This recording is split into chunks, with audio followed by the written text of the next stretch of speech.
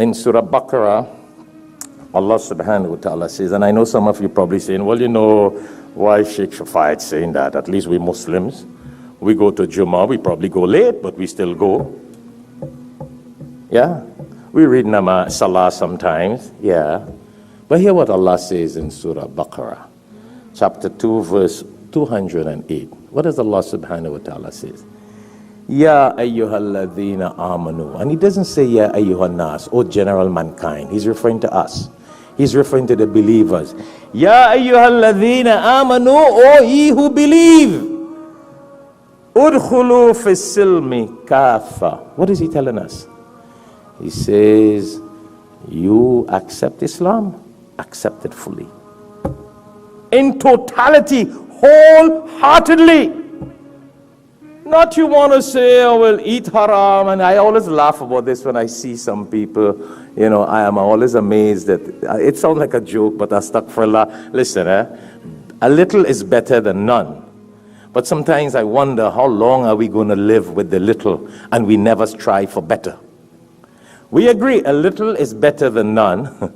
But unfortunately, there are people who live with the little for their entire life and never strive for better.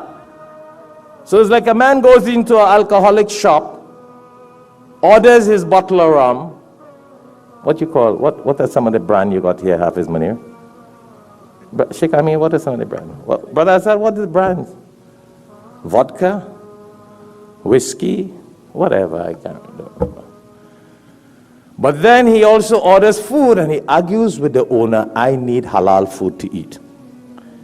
And he's drinking alcohol, the mother of evil. But what about this? Udkhulu fis-silmi kafa. Enter into Islam wholeheartedly. When we accept Islam, try to practice. And then he argues, I'm a good Muslim, you know, I eat halal. When are we going to change this attitude?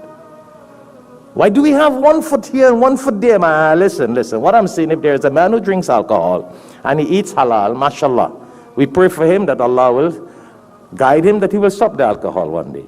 But you don't be proud about drinking alcohol and then argue what a good Muslim you are that you eat halal. Yeah? It doesn't make sense.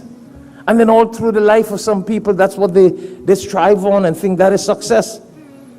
That they are macho with society. No, my brothers and sisters. And I just use that example, bi'idhnillah. But there are many other things like that. Many other things. Our life. You know, we say we're Muslims, but we choose a career that is haram. We choose a job or a profession that is haram. And we live that for our entire life. And we eat that haram. And we dress that haram. And we live that haram. What is that? We don't appreciate this favor that Islam is a favor from Allah. And Islam has been chosen by Allah for us.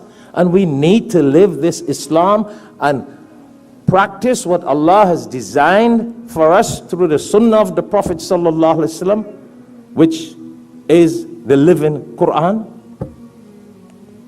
Very unfortunate. So Allah tells us, وَلَا تَتَّبِئُوا خُطُوَاتِ الشَّيْطَانِ. He says, accept Islam, practice Islam, enter into Islam wholeheartedly, 100%. Other than that, if we don't, what causes us not to follow Islam 100%? Hear what he says. وَلَا تَتَّبِئُوا خُطُوَاتِ الشَّيْطَانِ. He says, do not follow the footsteps of the devil. Because that is what makes us live this other half-baked life. Because we follow the footsteps of shaitan.